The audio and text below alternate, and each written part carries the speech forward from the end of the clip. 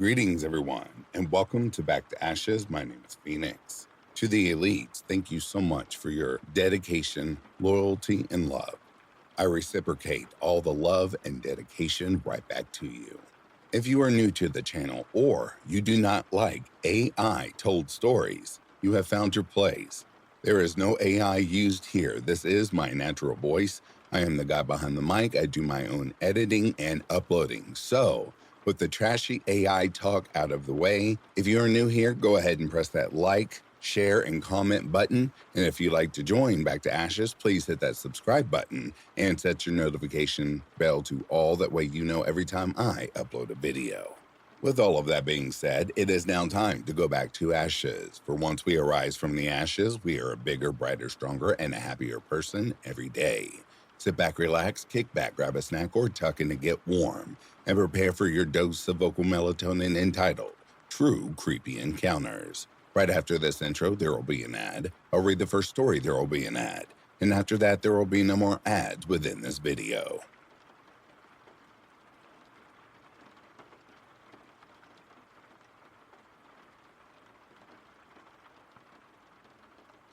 This happened to me in about 2021. There's a bar in a small Iowa town that I absolutely adore. All the staff knew me well, and I was a frequent regular, even if I was there just to chill. I was out late one night. The tap water is bad, so I refused to drink it. If I wasn't going to drink it, I refused to give it to my cat. There's a water fountain at the park, where the water is much more drinkable, so I saved some core water bottles from when I was buying normal water from the gas station and started to walk to collect water. I had to pass the bar to get there. It was a Friday night and the bar was bumping. I just had to go in. There were some men who were there basically all the time. They were there that night. After the bar closed, I made my way to the park to collect the water. They had left before I did. The park was across the street and a block down to the right. The three of them were sitting and smoking, super drunk. They drink beer like it's water. They were sitting on some stairs on the entrance to a business directly across the street. I went to pass them and they asked, "Who are you? Are you new in town?" I didn't think much of it. It's a super small Iowa town. Everyone knows everyone. I told them yes, I was in fact new in town. Then they started asking personal questions, and I lied to them about everything. Mainly about if I had a partner because they found me attractive. In the middle of this conversation, there was a screaming cat somewhere. It was loud. I ended the convo and told them I really need to go and get home to my cat. So I went into the park to get the water. It was pushing 4 a.m. at this point. It was dark. The street lights are soft, ambient, and warm orange, and there's little to no light pollution. You can barely see anything. While I was getting the water, I was looking across the street and see one of the men duck down behind a parked car, like they tried to go inside of it.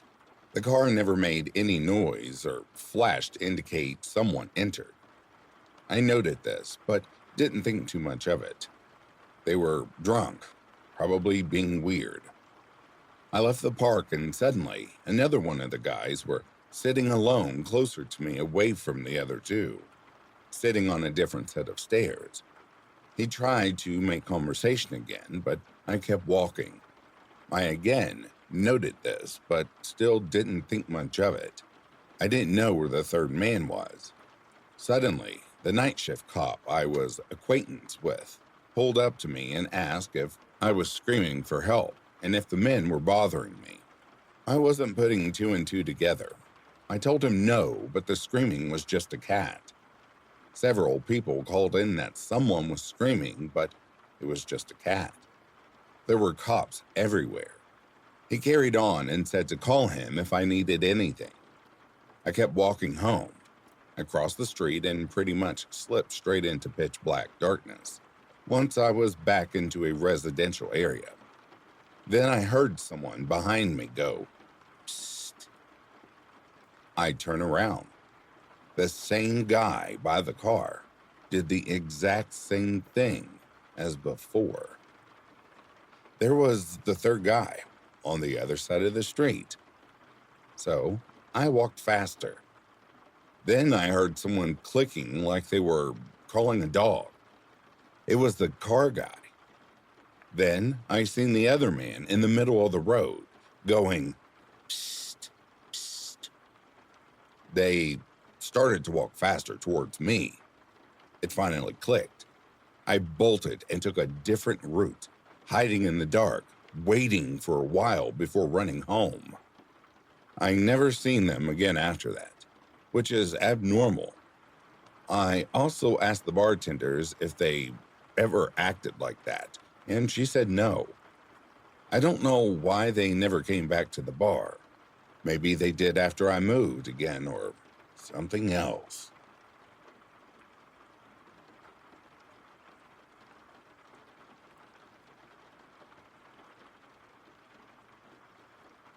So I just got back from a Target that's in a different part of town from where I live. It had something specific in stock that I wanted, so I made the drive over there. I realized this Target was in a rougher area of the city, and when I went inside, they had various items locked up. Also, there was no music playing over the speakers at this Target. It was strangely quiet. I had chosen to go early in the morning, so I'd have a better chance of getting the item I wanted. The employees were very nice. Every one of them said good morning to me. So I get in there, make a beeline to the section of the store I'm interested in, which is at the very back. Got my item and headed to the Christmas section just to browse. That's the first time I hear these loud dress shoes clomping down the aisle I'm in. I look up and there is a man dressed in a suit and dress shoes. He looks to be in his early 30s, I'm guessing. He comes really loud at me and starts looking at items around me. I have a basket and think, oh, I'm just in his way. I briefly look at his face as I start to move my basket away, and he is staring at me. He looks a little panicked. His demeanor was like someone who has taken coke or something. Jerky, repetitive, shaky, hyper. It unsettles me, not going to lie, but then I thought maybe he works for Target and he's trying to make sure I'm not stealing. Whatever the case, I go to a different aisle, and that's when I hear the dress shoes come my way again. I look up, and there he is again. He stares over at me with that same expression, and I don't know, I get this sense of dread. He has no basket or items in his hand. He just has a cell phone that he's kind of glancing at from time to time. I again move to a different aisle. I'm still trying to convince myself that I'm being paranoid, like this isn't happening. He follows again. At this point, it feels like he's chasing me. I just hear his dress shoes on the tile following me around. I call my husband and he answers. We start talking on the phone. The man was hot on my heels and just walked right next to me. He would then stop right next to me, search for an item, and then leave. If I stayed on the aisle, he would come back, stand next to me on the other side, and do it again. That's also when I noticed that nobody else was back there. No employees and no other customers. So, while I'm on the phone with my husband, I make my way to check out, checking over my shoulder to make sure he wasn't following me out of the store. But he didn't, as far as I can tell. So I made it home and am okay. This situation scared the daylights out of me. I'm not going to lie. He just didn't look the part of someone who would be stalking someone through Target.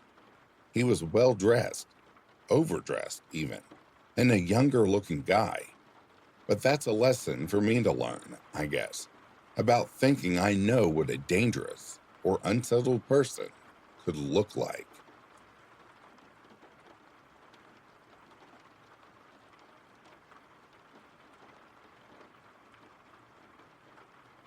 This happened fairly recently. I was trying to get a train to the city for a night of drinking with some friends. Unfortunately, the trains weren't running to the city center that day for some reason, so they had a replacement bus service instead. Off I toddled, looking for where they'd hidden the replacement buses in the train station. After a while, it seemed like I was on the right track, just as I'd found a very promising corridor. I heard running footsteps coming from behind me. I glanced around to find an Arabic man sprinting to a stop beside me. I knew he was Arabic because he tried to offer to teach me Arabic while I was trapped with him later on. He asked me if I knew where the replacement bus service was. I replied that I was probably just as lost as he was, and I was trying to find it myself. I thought that would be the end of our interaction, but he continued walking beside me. Fair enough, I thought. We're both looking for the same thing, so maybe he thinks we'd stand a better chance of finding it together. I wished I'd turned around and darted into the bathroom or something. It turned out the corridor did lead to the replacement bus, and the driver was standing outside the doors. He assured us we had plenty of time and were the first ones here. He opened the doors to let us in, and the bus was completely empty. I decided to take a random seat in the middle and huddled up next to the window, ready to put my headphones on. And where does this guy choose to sit in the completely empty bus? Right next to me, trapping me in the row of seats. I thought it was a little weird at the time, but figured no harm would come of it. He asked me why I'm headed to the city center. I tell him I'm meeting friends there for a girls' night out. Then, very pointedly, put my headphones on and started finding a good song to listen to. He insists he should join us, but I tell him it's girls only, and I don't really know him. He answered that we could get to know each other, and he'll buy me a drink. I tell him no thanks. I just want to see my friends today. The bus had gotten moving at this point, and there are a few others on board. From there, he proceeds to badger me with questions, all of which I ignore or give one-word answers to. After a bunch of them, my replies became variations of, "I just want to listen to my music now," and "I'm not interested in talking, sorry." He starts complimenting my body, telling me he thinks I'm beautiful and repeating over and over, "I really like you." My only responses now are, "Leave me alone," every so often, and I'm visibly shrinking away from him as he's leaning closer. The bus driver doesn't seem to know where he's going for the next stop, and the city center is ages away. I'm trapped in the seat and starting to really panic. He starts stepping up to "I love yous" and leans right up to me, making kissing sounds with his lips. That was the moment my hero intervened. It was a man around my age, sitting a few seats back. I'll quote what I remember of the conversation. Hero: "Excuse me, mate. She asked you multiple times to leave her alone." Creep, through gritted teeth: "Fuck off. You need to move away from her. You're clearly bothering her. Mind your own business. We're fine." "Do you want him to move?" Me, practically pinned against the window, getting pretty scared. Yeah." The creeper gets up and storms up to the man. "Do you want to fight? Do you want to fucking go right now?" "Nah, I'd rather you control yourself and leave her alone." The creep is visibly ready to start throwing punches when the driver calls back there's a problem, and if he needs to kick anyone off the bus. The creep quietly says no and moves to a few seats behind my hero. Much to my relief, I mouthed thank yous to my hero, who just smiles like it was no big deal. The creep tries following me off the bus, but my friends meet me, and he walks off. I'm so glad my hero intervened when he did. All I can think about is having my friends right there when I got off the bus, because if they hadn't, I wonder what the creeper might have done.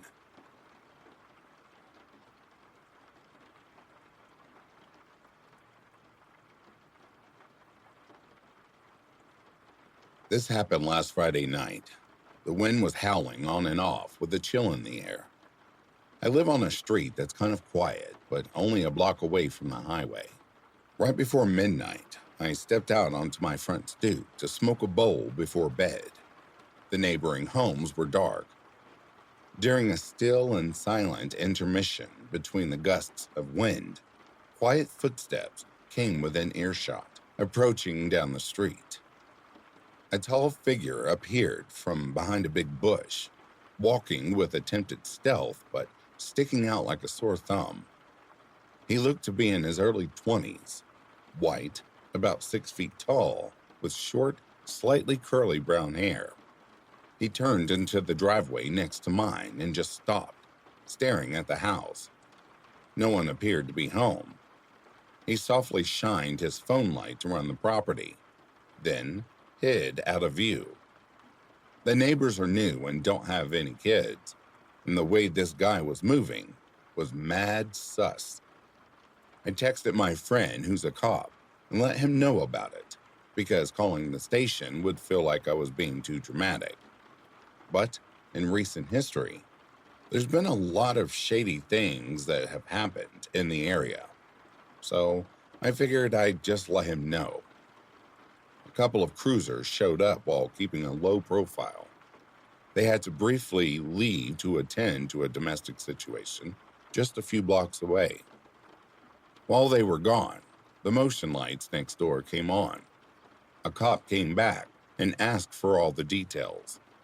I thanked him for taking the time to come by and said it's probably nothing, that maybe I was just paranoid. Turns out, this has been a regular thing. This area has been targeted by a sophisticated group of burglars who aren't scared of alarms or ring cameras. They survey homes at night, usually during late summers or holidays, to find houses to hit. Carjackings, robberies, and stolen car parts are included. These individuals are armed and dangerous, and they have been running this operation for a few years now, in neighboring towns and here. What's odd is that these last couple of years, I've had reoccurring nightmares of my neighborhood being watched by people who aren't from here. Coincidence? Probably.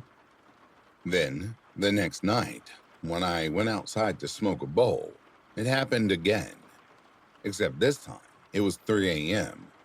There was another tall guy who quietly walked across the street to my neighbors. He, too, came out of nowhere and walked stealthily and quietly to their front door.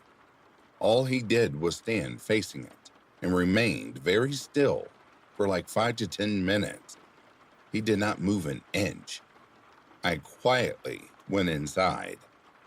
I didn't let my cop friend know because I kept telling myself I was being paranoid. But yeah, it's odd to see strangers show up at odd hours when it's cold, just to stare at their property.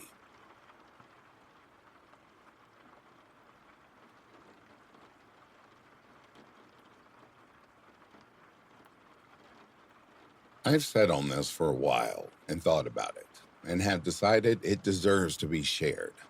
It creeped us out at the time. Back in the fall of 2021, my now husband and I were moving from Iowa to Maryland. We were driving late into the evening to get to our halfway point in Ohio before stopping for the evening. The countryside from Iowa to Ohio is barren. I believe we were in Indiana at the time. Fields for miles and miles. We were driving late, and sometime after dark, we went through a thick patch of fog. There was this horrible blood splatter on the road, where it looked like someone had hit an animal on the highway. Not a small amount of blood, but a lot. It must have been a deer, and it looked fresh, but there was no carcass on the road or the side of the road, and no viscera, just blood. This is not the main part of the story, but it made us feel weird at the time. A little while later, we needed to stop to get gas and use the bathrooms. So we drove until we found a gas station literally in the middle of nowhere. I think it was called something like Woody's. There was a diner attached to the gas station. We pulled into the parking lot and it was dark and pretty much empty. Only one truck in the lot. We got some gas and then parked and walked up together to the station to use the bathrooms. The entryway of the gas station was filled with gambling machines, and every one of them was being used by someone, even a couple of preteen kids, which I thought was strange. There were also a few guys chatting with the cashier. When we walked in, the weird vibe from earlier on the road got even weirder. Everyone stared at us. Neither of us felt comfortable as we walked toward the bathrooms. At the end of the hallway that had the bathrooms, there was a glass door that looked in on the most unexpected thing. It was a dead end behind the door, with a very dusty curtain in front of which a scene had been posed with mannequins that looked absolutely ancient. The mannequins were displayed as a 1950s family eating at a dinner table, being served by a waiter, a mom, a dad, two kids, and a waiter bent over them with a tray and a wide grin. I don't know entirely why, but this made us feel incredibly unsettled. We stared for a second, noticing the dust and the flies on the table. The mannequins were ancient and peeling, looking like they might really be from the 1950s. Clearly, this was blocking the connecting door to the diner. I can't describe how off the vibes felt. We looked at each other and used the bathrooms as fast as humanly possible. When we came out and went back into the main gas station area, it was empty. Everyone who had been using the machines were gone. The guys and the cashier were gone. We hadn't been in the bathrooms for more than just a couple of minutes. We speed walked out and got back in our car. Something was really, really off about that place, and just the night in general. What cars did all these people come in, and where did they go? What the heck was with those disgusting mannequins? Why did we feel so strange when nothing was obviously a threat? We drove the rest of the way to Ohio, feeling like we had almost gotten into something we shouldn't have. I suppose none of these events in particular are what people might say are scary, but they stuck in our minds, and remembering that place still gives me the heebie-jeebies.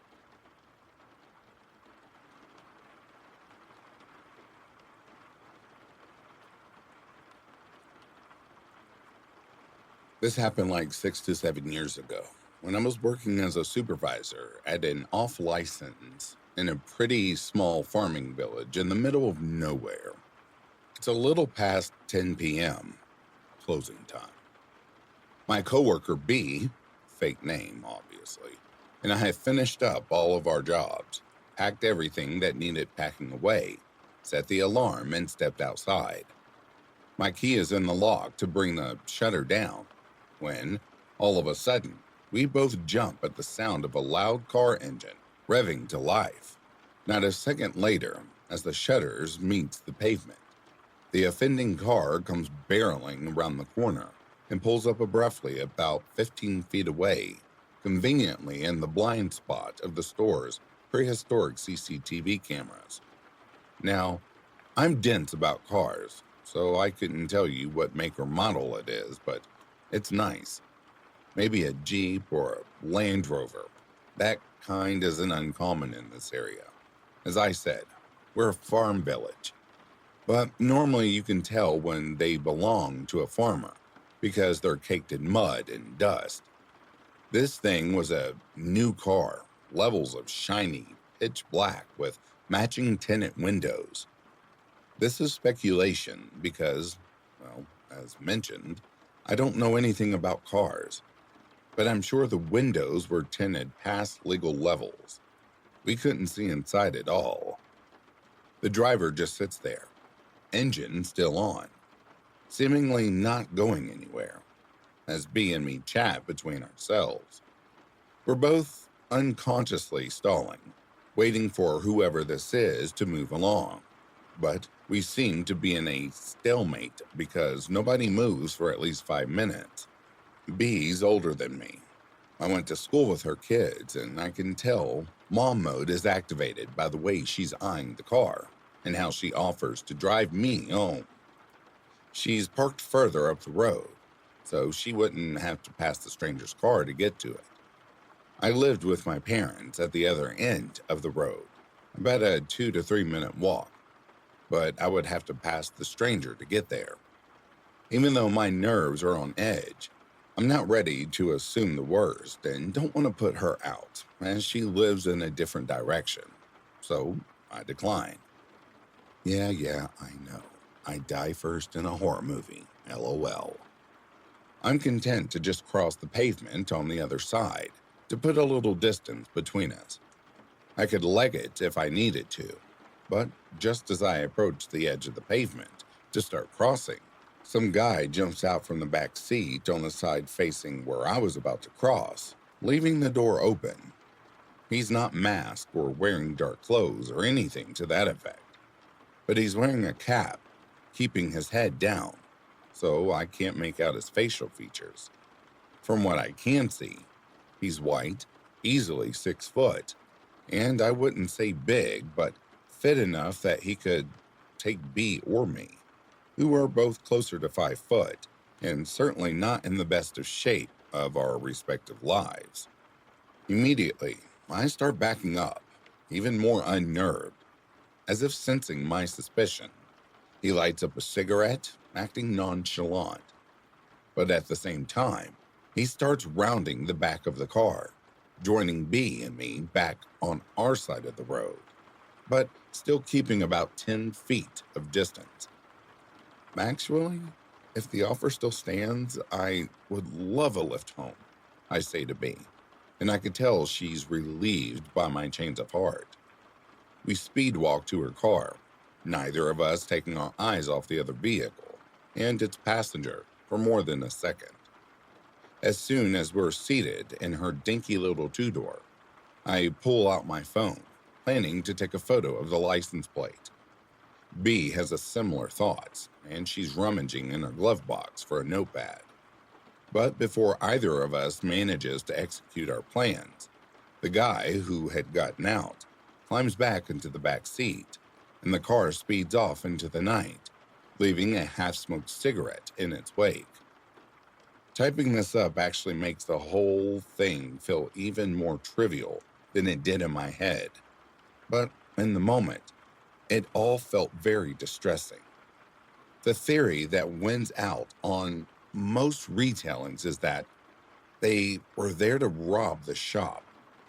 B and I would have been easy to overpower, and presumably, there was at least one other person in the car to aid in that. They could have just taken the keys from me, or they could have forced us to go in with them so I could turn off the alarm system and open the safes. A few months later, I'd moved to the city and was working a different job, but I heard through the grapevine that the shop had been held up at knife point.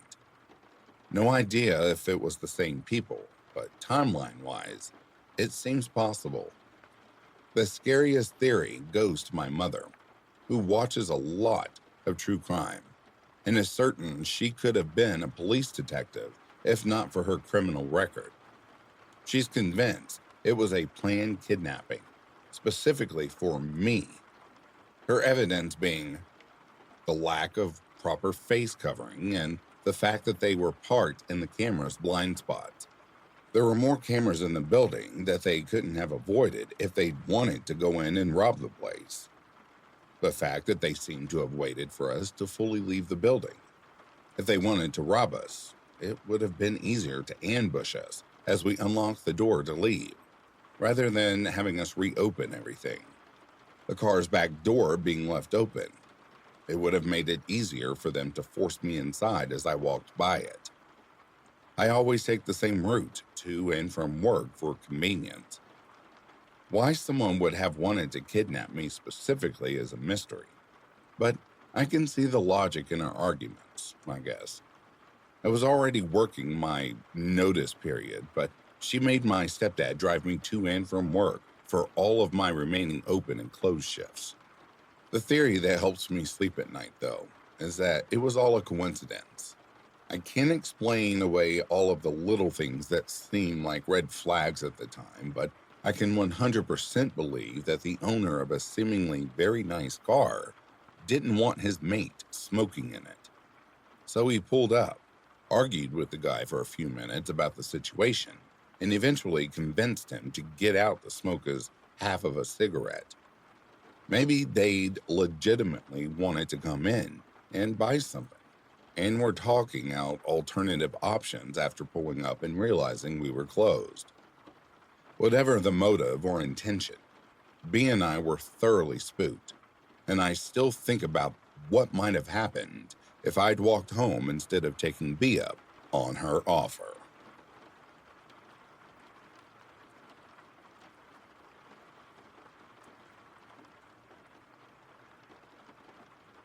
So this happened a few months ago, and it still creeps me out whenever I think about it.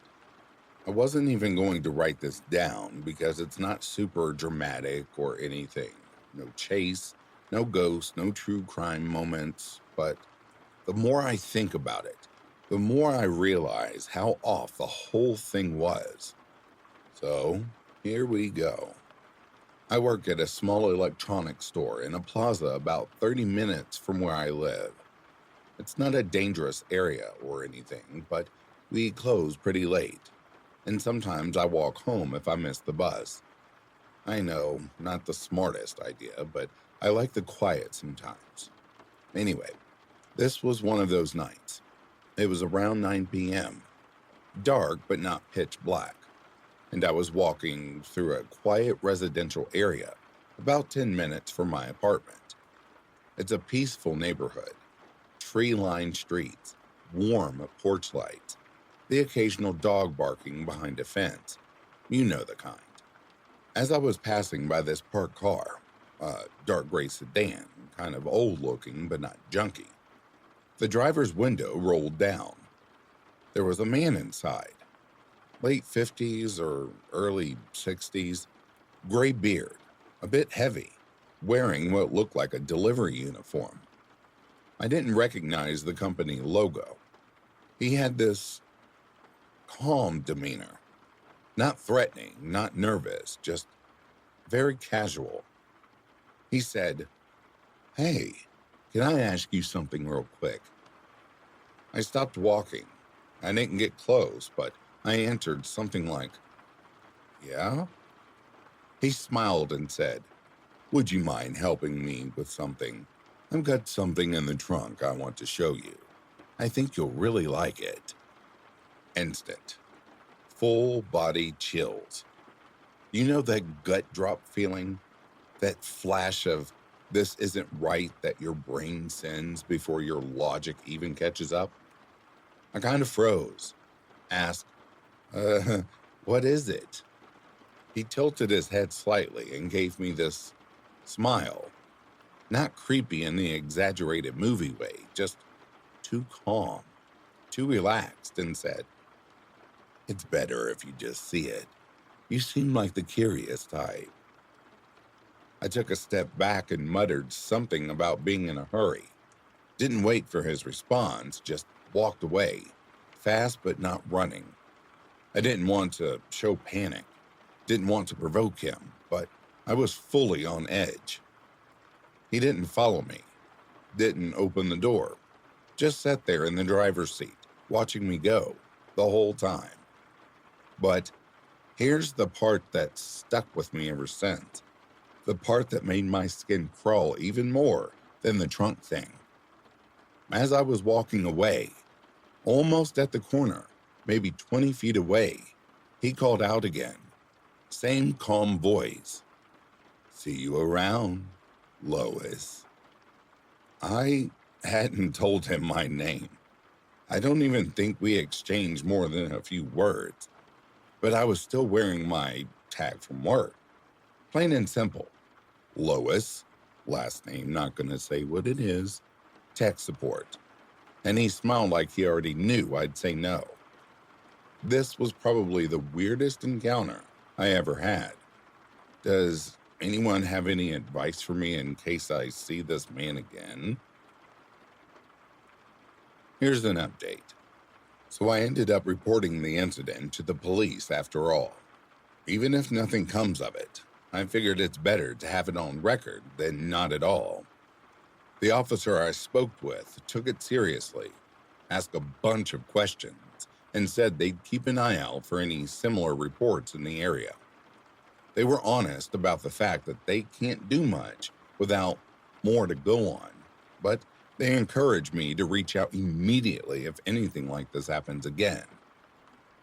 I also went back to the area during the day and knocked on a couple doors. There weren't many houses nearby, like I mentioned, but one person did have a doorbell camera. They were super kind and let me look through the footage from that night. And of course, the spot where everything happened was just out of frame. You can actually hear a faint part of our conversation, which was kind of surreal, but you can't see the guy or the car clearly. Frustratingly close. As for now, I've decided I'm going to take the same route home again tonight after work. Just once. Not because I want to run into him. Trust me, I don't. But because I want to see if this was a one-time thing or if he's actually hanging around the area. I'll stay cautious, and if I see anything off, I'm not going to engage. Just get out and call it in. But part of me needs to know if he's still out there. Final update. So I finally worked up the nerve to take the same route home again. The one where I had the first encounter with the man in the car. It's been a little while, maybe a couple of months since it happened. I figured if he was some random creep passing through, he'd be long gone by now. He wasn't. Same car, same exact spot, same man, just sitting there in the driver's seat, under the flickering streetlight, like he'd been waiting the whole time. And here's the part that really messed with me. The car looked completely untouched since I saw it last. I'm talking a layer of pollen and dust thick enough that someone had actually drawn something into it. A little smiley face on the trunk. It wasn't there during the first encounter, I'm sure of it. But now it's faint, like it's been weathered by days of wind and grime. There's also a dead leaf stuck between the hood and the windshield wiper. That hasn't moved an inch. And all four tires are sitting just slightly deeper in the dirt than before. Like the weight of the car has been pressing down on the exact same spot for days, maybe weeks. I have no clue how I didn't notice these details the first time around. Or maybe they weren't there yet. But it really looks like that car hasn't moved a centimeter since the night he talked to me. I didn't say anything this time. I didn't even slow down. But I saw him watching me again. Same calm, almost bored expression. He didn't speak, didn't smile, just watched me pass by, like he knew I'd come back eventually. I won't be going that way again. I thought the first encounter was the creepy part, but now I'm realizing what's worse, that he might have just been sitting there the whole time, doing nothing, saying nothing, just waiting. I don't know what for, and I definitely don't want to find out.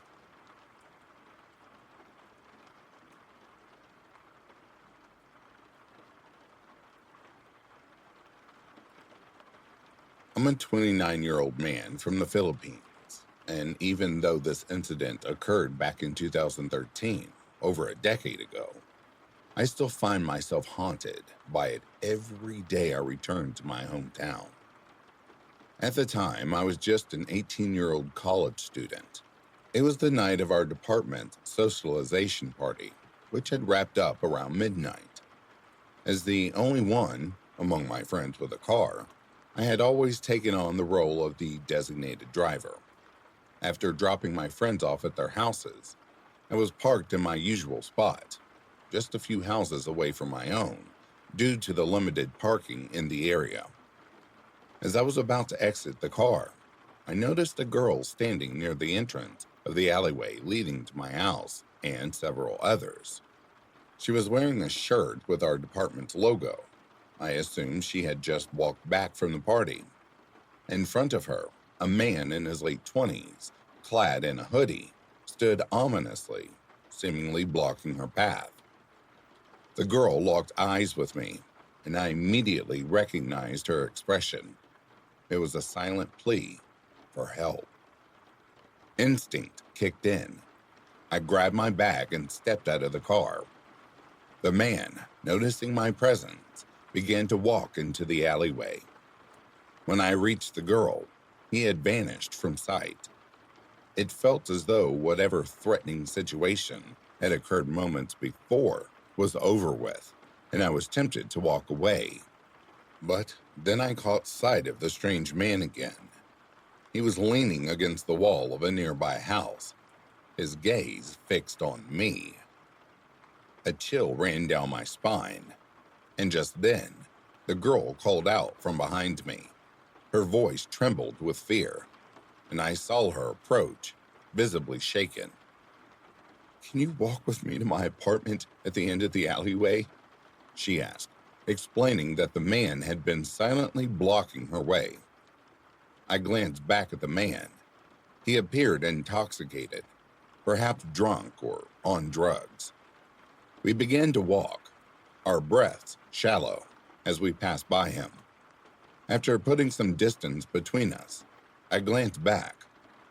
To my horror, he was following us. We had already passed my house at that point, but I couldn't leave this girl to face him alone. As fear coursed through me, she suddenly broke into a full sprint, and I had no choice but to keep pace with her. We reached the gate to her apartment, and she hastily swung it open, slamming it shut behind us. We then dashed into the building, where a second gate stood, this one smaller, like designed to keep pets from escaping. She opened it, and we slipped through, just as the sound of the man approaching the first gate reached our ears. We bolted up the stairs, making our way to the third floor. Breathless, the girl knocked urgently but softly at our apartment door. After what felt like an eternity, it swung open, revealing her friends, a guy and a girl around her age. They looked bewildered but quickly locked the door behind us and led us into the bedroom. They turned off the lights, and we just sat there silently with our hearts pounding. The girl broke down in tears, recounting the terrifying events to her friends. She revealed that the man had been following her for 10 to 15 minutes, and she expressed relief at having seen me. Unsure of what to do next, I called my aunt, who was staying at our house that night. Thankfully, she answered swiftly. I urged her to call the police. At that time, we could now hear the man pacing around the apartment, seemingly looking for us. He was mumbling something we couldn't hear well from the other side of the door. A few minutes later, my phone rang with an unknown number. It was my uncle, a policeman reassuring me that help was on the way. What felt like hours dragged on, and eventually, the police arrived. My uncle instructed me, via phone, to come downstairs and recount the ordeal to the officers. They informed us that they had seen the man wandering around the gate and eventually into the far end of the alleyway. Once the police had finished their inquiries, they allowed me to go home. I recounted the entire story to my aunt, who urged me to get some rest. Despite my exhaustion, sleep eluded me as my mind raced with thoughts of that strange man. What if he had caught up with us, armed with a knife or some weapon? I fought to dispel the terrifying images racing through my mind, but I couldn't shake the feeling that he might be watching me in the dark, a knife glinting menacingly in his hand.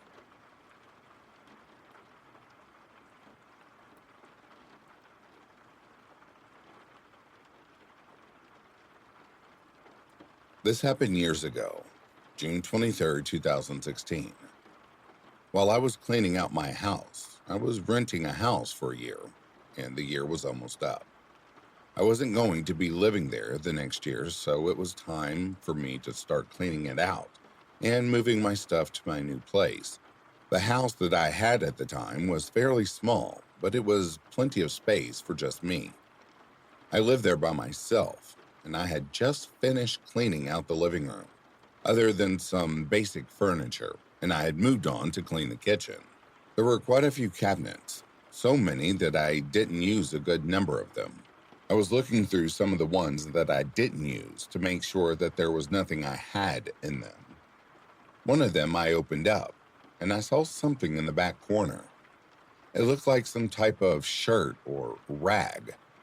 I grabbed it and saw that I didn't think it was mine, but when I moved it, it revealed a small white lever that I could barely see. The cabinet was in the corner, sorted by the sink and halfway blocked by the stove.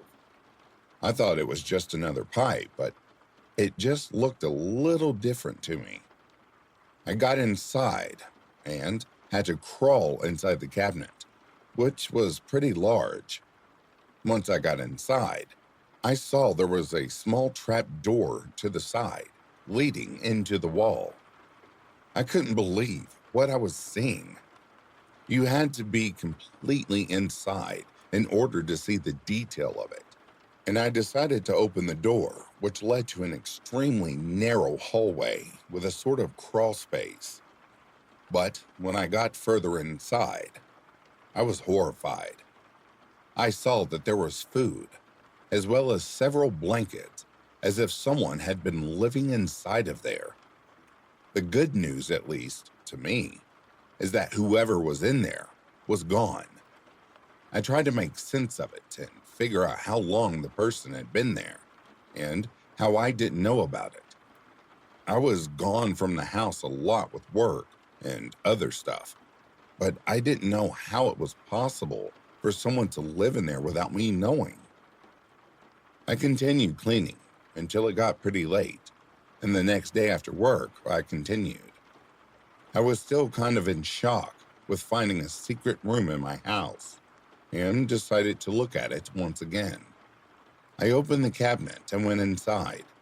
Then I pulled the lever open just like I had the previous day. But this time, as soon as I opened it, I saw a movement, and then saw a person for a split second. They slammed the door back shut on me, and I immediately turned and ran all the way out of my house to my car, and then called the police. I was so scared that I started driving away as well. I opened up my phone, told the police the entire situation, and they came to my house a short time later to find that whoever had been there was now gone. I was absolutely disgusted knowing that this random person had access to my house for who knows how long. It felt like a vivid nightmare I need to wake up from. When I opened up my phone to call the police, it showed that the date was June 23rd, 2016. I still remember this date, even 7 years later. It stayed with me like a scar I don't know if I will ever hear from. Luckily for me, I moved out of there the next week. I really don't know how long the person was living in my secret room, but thankfully, it never gave me a problem. Thank you for listening to my story. As someone who has already experienced things like home invasion, I would always suggest that you lock your doors because you could never know what people can do when they are in your house. I can't help myself, but I have to make a comment here. I think I'm going to check in every door, creak, and crevice in my own home. That last little story I learned with people living in your house without you knowing it is called frogging. They live in your house and you don't know it. They can live in your attic, your basement, an extra spare bedroom with a little square attic accessible thing. Yeah. So if you're hearing noises or whatnot in your house and you can't make out what it is, make sure it's an animal and not an actual person. Back to our stories now.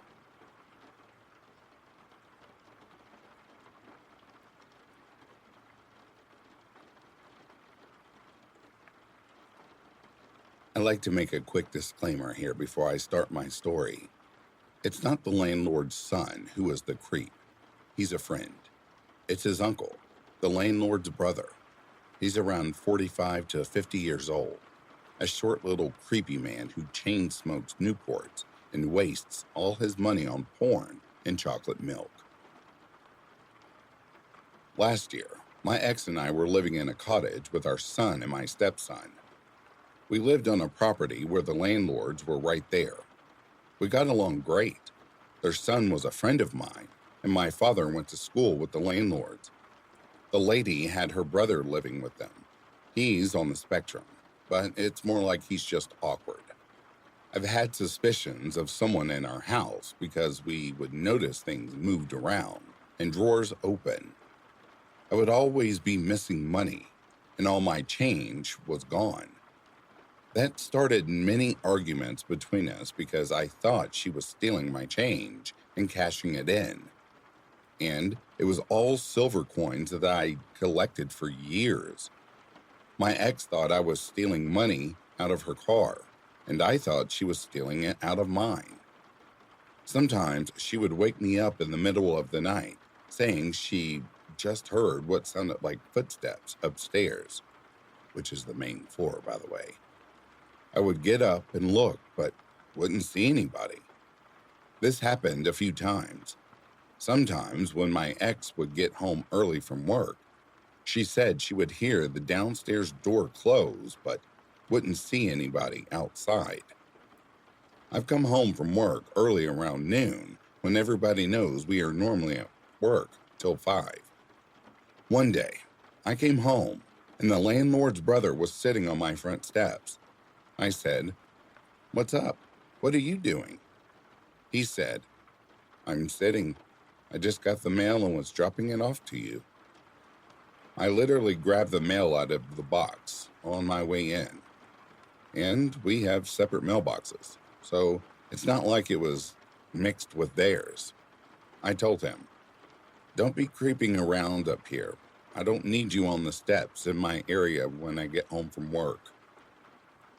One time, everybody was down by the pool, and I came down and yelled to everybody that I was going to barbecue for them. Where I was standing, I could see into the room where their step-grandfather was staying, and he is loaded, always has a wad of cash, $10,000 or more with him. When I yelled down, I heard a commotion and saw him closing drawers and running out of the room. He came outside, and the creep lit a smoke. I could tell he was shaking in his boots, thinking he got caught. I told Grandpa he was in there, and he lost it on him. Now for the creepy part. I've told the landlord that her brother has been snooping in my house, and now I've caught him snooping in their house for money as well. We've been out of there for a year now, and he started messaging my ex on Facebook, trying to talk to her. She ignored him for a while. He kept video calling her. She wouldn't answer. and then she blocked him. He found her on Insta, her TikTok, and every other platform, and kept messaging her. She finally answered and asked if everything was okay. He started confessing his love to her, saying he wanted to see her and my son. He said, "I have your panties and leggings." He told her, "I'm on my way home from work, and I'm gonna put your undies on and watch porn." She said, "What the fuck are you talking about? How do you have my underwear?" He told her that he would sneak into the house and go through her stuff. What in the actual fuck? There were times she would call me after I went to work and ask if I was there because she could hear the door open as she was in the shower. He started sending screenshots of his phone, showing her that he had her as his background because of how much he loved her, and that he liked to put her leggings on and jerk off to her pictures. While living there, the landlord's kid, his nephew, was telling us how he hears him jerking off in his room with porn playing so loud and him screaming her name as he beat off. We didn't really believe it at first, but now, holy shit, creepy. He was working at a farm that is also a doctor's office. He was fired because he was sneaking into the house and watching this girl who lived there sleeping. Also because he was apparently creeping on children in the playground at the doctor's, and he had no reason to be over there when his job was on the other side of the property. What a fucking creep. He told my ex that he has 13 articles of clothing that he took from her as well, and is very proud of it.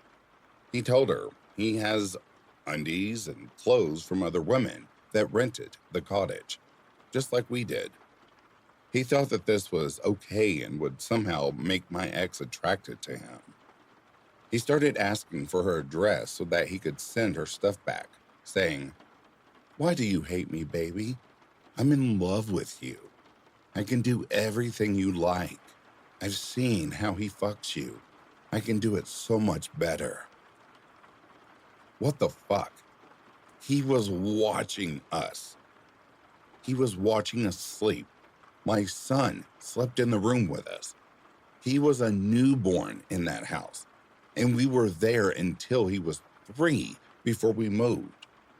My stepson had his own room, which had a door to the outside, so he would have had to have walked through his room to get into ours. My stepson was uncomfortable, saying that he hears things at night on the window, and that sometimes the window would open by itself. She is going to bring all the stuff that he texted her and admitted to doing to other people to the cops. He needs to be stopped. I only wish I could post the screenshots of the messages I have. That's my story. What the heck do we do next? I don't need this guy trying to creep on my ex and my son. It's very unsettling. What are your thoughts?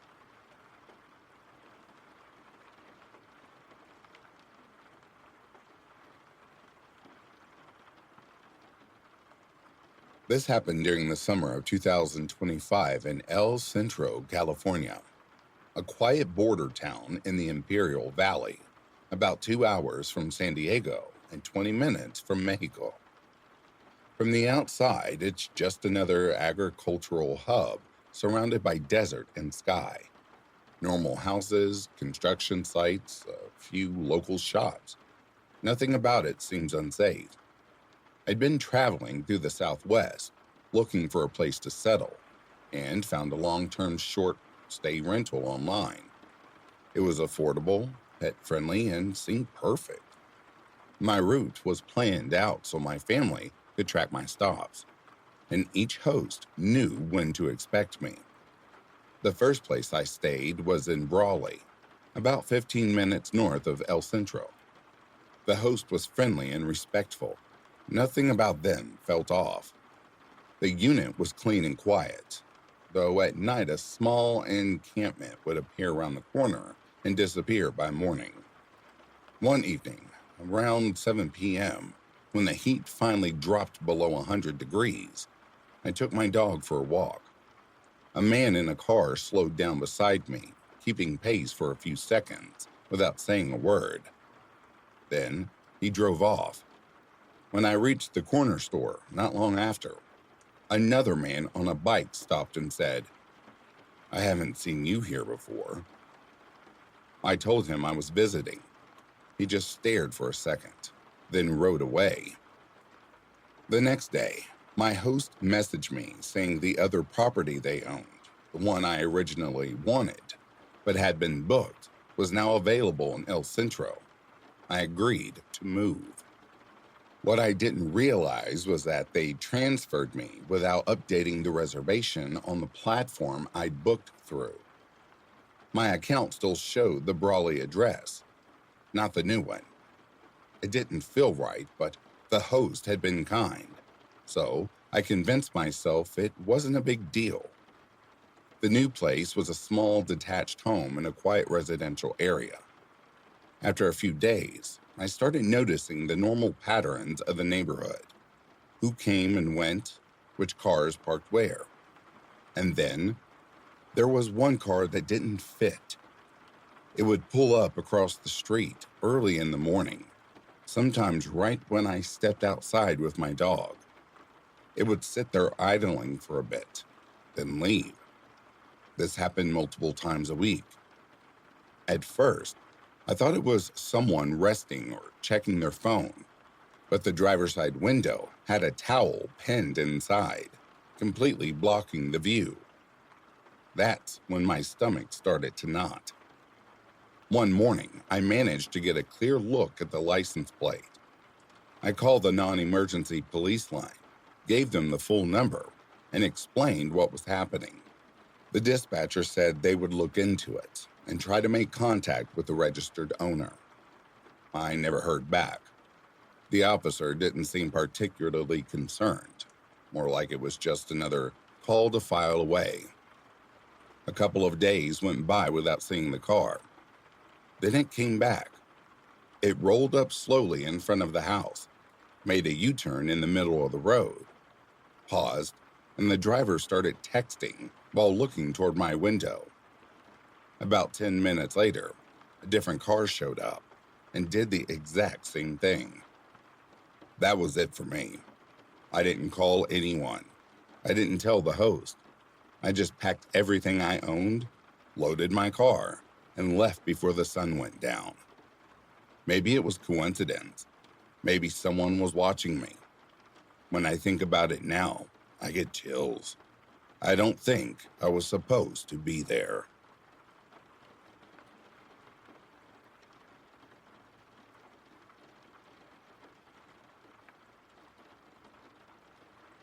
And that, dear listeners, brings a close to these true creepy encounters. I'd like to take a moment and acknowledge the rest of the members of Back to Ashes. Thank you all so much for your patience, your dedication, and all the love you show the channel. I always say it, and I'll say it again. Without you, I would not have a voice, and this channel would not exist, and I'd be sitting here talking to myself. So thank you so much. I am absolutely blessed to have you as members. If you are sleeping, I hope Slumberland is treating you comfortably. If you're awake, I hope you've enjoyed this collection. Until next time, please stay vigilant and take care of yourselves. I'll be reading to you soon. Have yourselves a good morning, a good afternoon, or a good evening. Peace, love, and light to you all.